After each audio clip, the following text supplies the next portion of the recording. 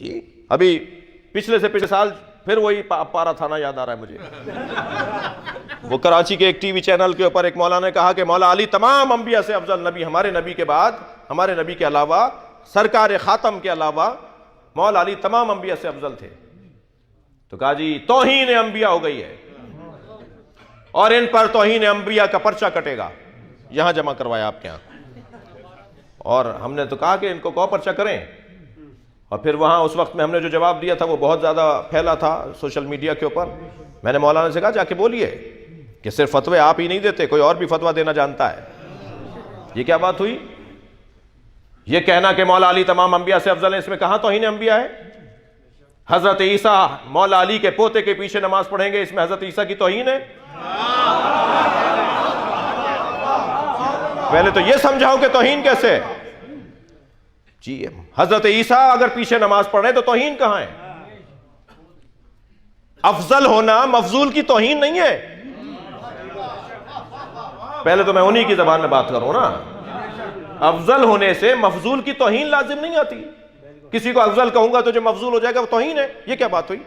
اور اگر یہی قاعدہ قانون ہے کہ افضل کہنے سے توہین ثابت ہو رہی ہے تو صرف آپ ہی فتویٰ نہیں دیتے، پھر پاکستان کے آئین میں توہین اہل بیت کا قانون بھی ہے.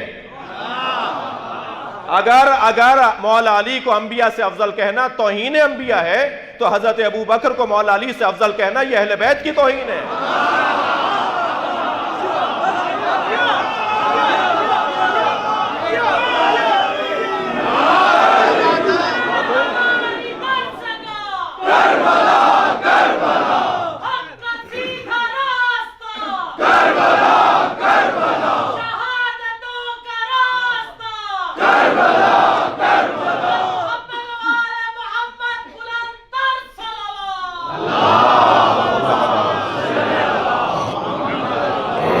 جی بات دلیل سے ہونی چاہیے، یا دلیل دو یا دلیل لو. اور اس کے بعد جب بحث مباحثہ تکرار ضدیت تو پھر غیب سے مدد.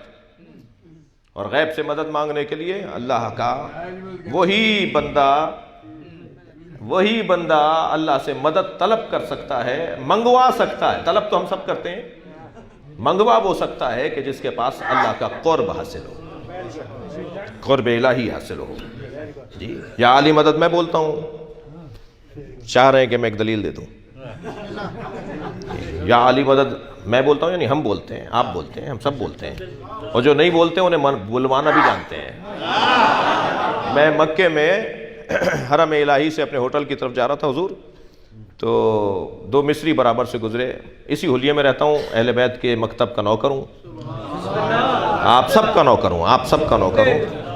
اور کوئی اتنی موٹی کتاب تیار ہو جائے گی جو سفروں میں ملاقاتوں میں گفتگو ہوئی ہے نا، جو کوئی نہ کوئی برابر میں تو ضرور بیٹھتا ہے.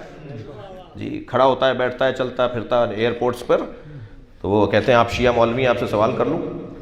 تو میں پہلا جواب تو یہ دیتا ہوں کہ میں پہن کے اس لیے پھر رہا ہوں کہ آپ سوال کر لیں. ہمارے بارے میں خود سے فیصلے کرتے ہیں، ہم سے نہیں پوچھتے. ہم سے پوچھئے نا، ہم یہ کیوں کرتے ہیں، وہ کیوں کرتے ہیں. اللہ کا کام بھی بڑا نرالا ہے. جو نظر و نیاز کو نہیں مانتے نا، وہ مکے سے زمزم لا کے ضرور بانٹتے ہیں. اللہ خوب جانتا ہے منوانا. جو قبروں پہ جانا بدعت بولتے ہیں نا، وہ کعبے کے ساتھ حتیم کا طواف بھی کرتے ہیں. حتیم کعبہ نہیں ہے مگر اس کا طواف واجب ہے. جی حتیم کیا ہے؟ حضرت ابراہیم، حضرت اسماعیل اور حضرت حاجرہ کی قبریں ہیں. قبریں نہ مانو میں طواف کرواؤں گا. اللہ کا کام دیکھیے، اللہ کے کام بڑے نرالے ہیں. اللہ کا طریقہ بڑا منفرد ہے. خانہ کعبہ کو گرانے کے لیے ہاتھیوں کا لشکر آیا تھا. ہاتھیوں کے مقابل اگر اللہ نے ہاتھی بھیجے ہوتے تو ہاتھیوں کی طاقت کو تسلیم کر لیا ہوتا. اللہ نے ہاتھیوں کے مقابل ہاتھی نہیں بھیجے. ابابیل کا لشکر، چھوٹا سا پرندہ میری اور آپ کی مٹھی میں آ جائے. چونچ کتنی بڑی ہوگی، کنکر کتنا بڑا ہوگا، ہاتھی کی کھال کتنی موٹی ہے. اتنے کنکر مارے کہ ہاتھی زخمی ہو کر سواروں کو گرانے لگے. اور قرآن نے پکار کے کہا وَأَرْسَلَ عَلَيْهِمْ طَيْرًا أَبَابِيلَ، ہم نے اصحاب فیل پر ایک طیر، ایک پرندہ بھیجا جس کا نام ابابیل ہے. جتنے کنکر پھینکے کوئی خطا نہیں جا رہا تھا، اس لیے کہ بھیجا ہوا پرندہ ہے. بھیجا ہوا جانور بھی ہو تو غلطی نہیں کرتا.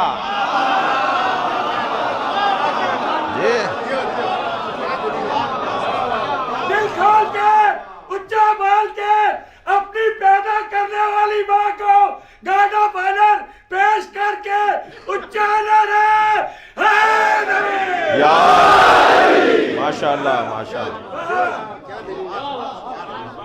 میں جو کام کر رہا ہوں، آپ جو کام، ہم بتائیں گے نا ہم کیا کر رہے ہیں، کیوں کر رہے ہیں، کیوں کر رہے ہیں. بھائی بچوں کو کاٹ کے کھلا رہے ہیں تو کوئی ایک تو راولپنڈی کا بچہ گم ہوتا.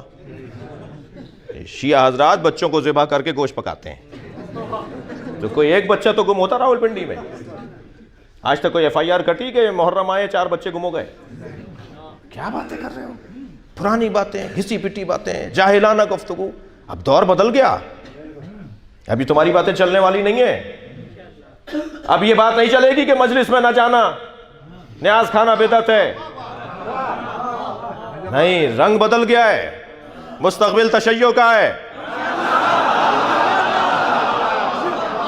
کل ہمارا ہے. دلیل سے بات کرو تو زندہ رہو گے، دلیل سے بات نہیں کرو گے تو مٹ جاؤ گے. 1.5 ملک سے زیادہ نہیں ہے 56 ممالک کے اندر ہم لوگ، صرف 1.5 ملک ہیں ہم پوری 56 اسلامی ممالک کے اندر، مگر 1.5 ملک 56 ممالک پر حاکم ہے.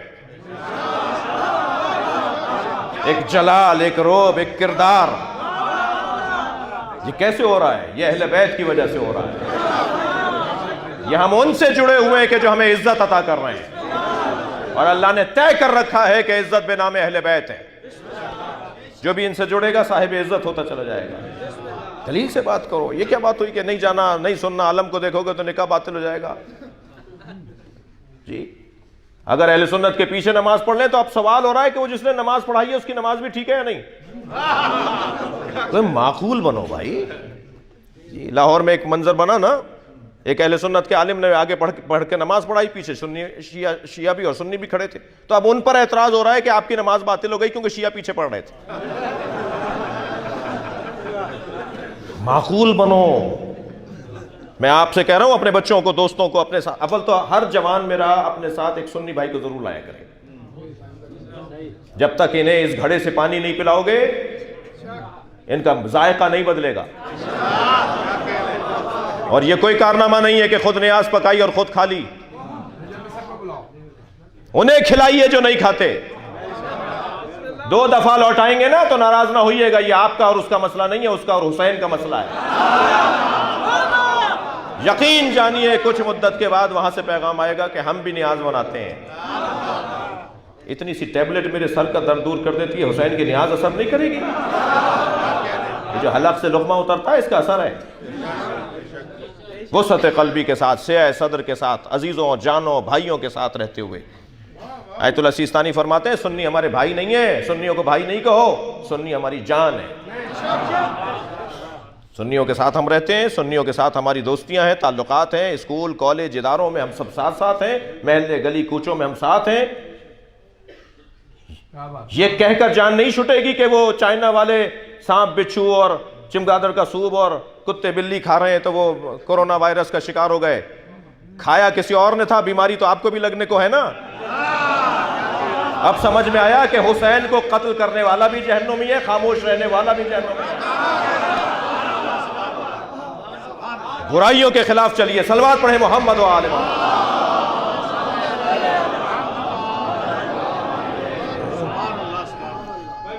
جی